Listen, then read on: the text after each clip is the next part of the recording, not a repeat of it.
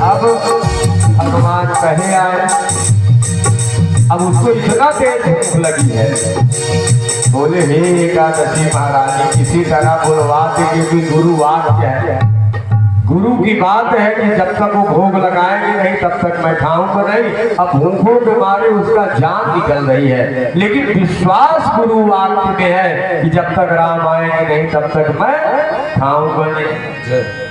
7 घंटा हो गया, उसका गला सूख गया, न पानी पिया न भोजन किया। भगवान ने कहा अगर मेरे निमित्त ये मर गया तो सीधा साकेत लोग जाएगा, लेकिन मेरे भक्ति का निरादर हो जाएगा। सोई राम ने सीता जी को साथ में लिया, आ गया। जब आ गए तो भौतों ने देख करके लाल पीला हो गए कि पहली बात लेट आए और दूसरी बात आपको बुलाया, ये औरत कौन है, इसको क्यों लिवाला है? बोले देखो भाई ये हमारी पत्नी है अर्धांगिनी है, तो जब तक आधा अंग नहीं आएगा तुम ये बताओ आधा अंग खिलाओगे, आधा हमारा ये है, तो तुम कैसे भोग लगा पाओगे, गुरु जी का भाव कैसे करोगे? बोले बहुत बढ़िया, जो राम सोई सही, चलो जल्दी से भोग लगाओ। 2 लोगों का भोजन बनाया था, उसमें 3 लोग हुए। बोले ठंड है एकादशी महारानी, चलो आधे पेट सही, कुछ में कुछ हो गया, खिलाए चल। अब फिर गया आश्रम में, द्वादशी को खूब पंक्ति लगी, खूब छाना घोटा, फिर 15 बाद एकादशी आ गया। 10 बज गया, जान गया कि आज फिर वह एकादशी महारानी आ गए। गुरु जी के पास गया, गुरु जी आज एकादशी है ना? बोले हाँ भोतू एकादशी है। बोले भी आज कम से कम 5 शेर आटा दीजिए। बोले क्यों? बोले आप एक का कहे हो, 2 लोग आ गए हैं। बोले 2 लोग कौन आ गया? बोले अरे वो भी आया, अपने पत्नी को भी ले आया। तो गुरु जी सोचे पागल आदमी है, कोई आ गया होगा खाने, चलो इसको 5 शेर आटा दे दो, जाओ जाओ। अब वो 5 शेर के हिसाब से ले गए, भोजन फिर बना दिया, फिर भोग लगा रहा है। राजा राम आइए, सीता राम आइए, मेरे भोजन को भोग लगा। राजा राम आइए, सीता राम आइए, मेरे भोजन का भोग लगाइए। राजा राम आइए, सीता राम आइए, मेरे भोजन को भोग लगाइए। राजा राम आइए, सीता राम आइए, मेरे भोजन का भोग लगाइए। अब सीता राम जी को बुलाया, लेकिन अब की बार सीता राम लक्ष्मण भरत शत्रुघ्न हनुमान जी विश्वामित्र वशिष्ठ सब बोले एक का बुलाओ 2 आता है, 2 को बुलाओ 3 आता है। अब की बताओ बंदरों को लेके आ गए, यहाँ अपने खाने को लाले बड़ी है, बंदर भी आ गए। बोले चलो आ तो गया। बोले सरकार अच्छा ये बताओ अगली बार कितने लोग आओगे, तुम्हारे साथ मैं अपना बनाऊं?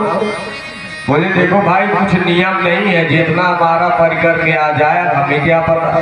बोले नहीं सरकार एक अंदाज बता देते तो मेरा भी काम चल जाता, सरकार रोज आधे पेट मिलता है क्या होता। बोले जितना मिलता है उतने में संतुष्ट और सबको बांटा, खाया पिया आ गया। अब जब आ गया तो फिर 15 दिन बाद एकादशी आ गया।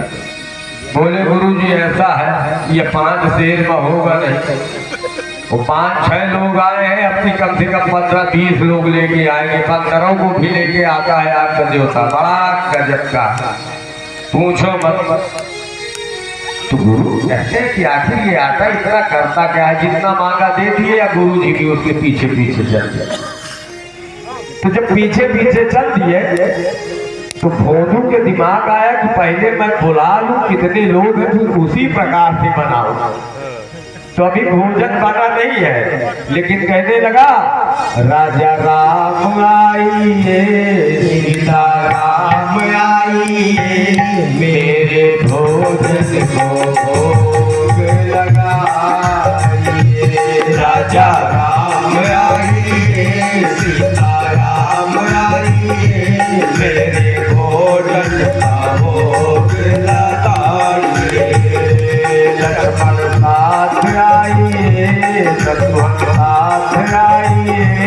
भरत साथ आइए, मेरे भोजन को भोग लगाइए।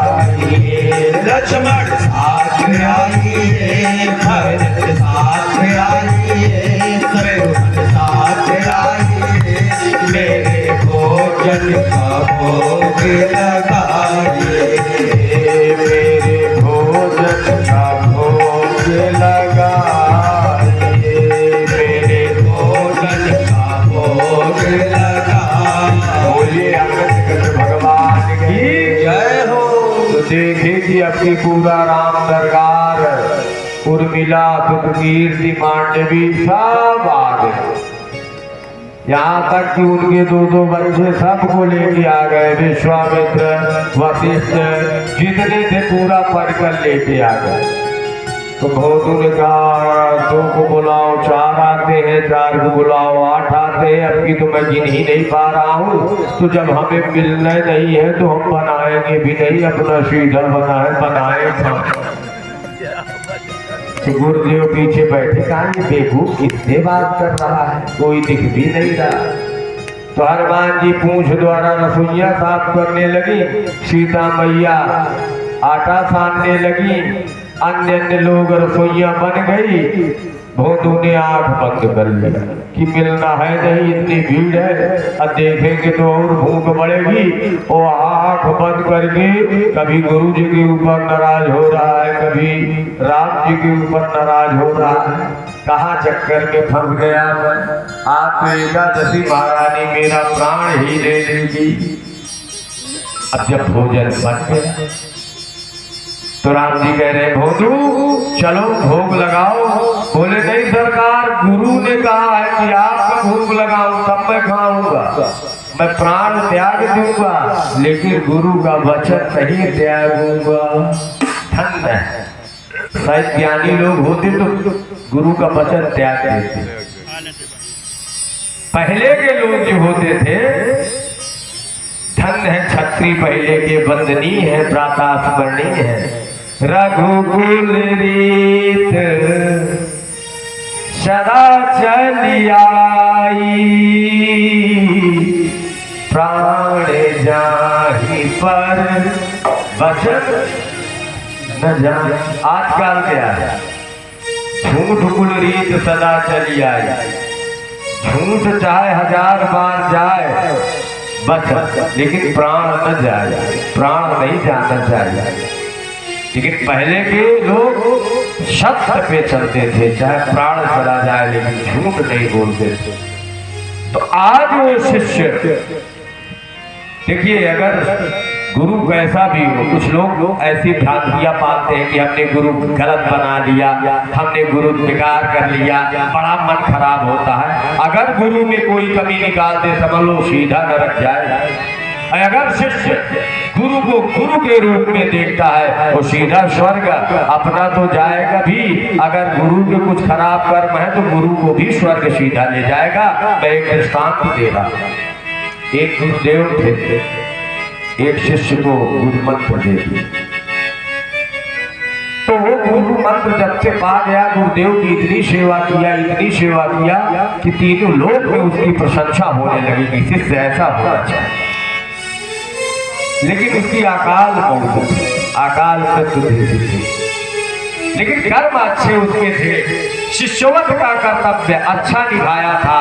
भगवान के पार्षद आए, बोले शिष्य अब तुम्हें चलना होगा। बोले जब तक गुरुदेव है तब तक मैं नहीं जाऊंगा, मैं चला गया तो गुरु की सेवा कौन करेगा। आज जबरदस्ती कर नहीं सकते थे क्योंकि वो अपने कर्तव्य परायणता में सन्मुख था। चीप की सांप सकै को तासु बड़ रखवार रमापति जासु। अब धर्मराज के बाद गए पार्षद, सरकार आने को तैयार नहीं है, धर्मराज तमाम शास्त्र पढ़ना पलटे। लास्ट में ब्रह्मा जी के पास गए, ब्रह्मा जी अल्टे पलटे, बोले देखो भाई शिष्य है और धर्म परायणता से है, तो ऐसा करो, गुरु तो उसका नरक कामी का काम किया है, लेकिन जाओ उसके गुरु को भी स्वर्ग लोक में ले आओ। आए पार्षद शिष्य से कहा अच्छा तुम भी चलो स्वर्ग, गुरु को भी कह दो वो भी चले स्वर्ग। शिष्य गया, बोला गुरुजी पार्षद लोग आए हैं, स्वर्ग चलेंगे? बोले यार चलता तो हम अपने धोबइयों से पूछ ले ही चली कि न चली। गुरु गए, बोले तुम भी स्वर्ग चलोगी? बोले सरकार मैं स्वर्ग तो चलती पर ये गदहवा को गुजरे। तो शिष्य कह रहा है गुरु नहीं जाएंगे तो हम नहीं जाएंगे, गुरु कह रहे हैं दुबई नहीं जाएगी तो हम नहीं जाएंगे, और दुबई कह रहे हैं गधा नहीं जाएगा तो हम नहीं जाएंगे। फिर उल्टा पलटा हुआ, पलटा पलटा हुआ। लास्ट में ये निचोड़ निकाला गया कि चलो उसको भी, स्त्री को भी ले आओ, ले आओ भाई, वो भी स्वर्ग चली जाए। अब वो स्त्री कह रही है कोई गधा को देखी मैं चाहिए। लास्ट में गधा को भी स्वर्ग जाना पड़ा। ये शिष्य की महानता होती। तो गुरु में पैर नहीं निकालना चाहिए। शिष्य अपने कहने का भाव है कि वो अपने गुरु स्वरूप को ही देखता रहे।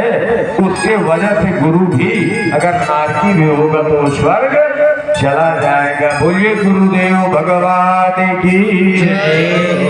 तो अब भगवान वहां खड़े हुए हैं, फिर पितामह स्तुति किए, फिर उसके बाद कह रहे हैं।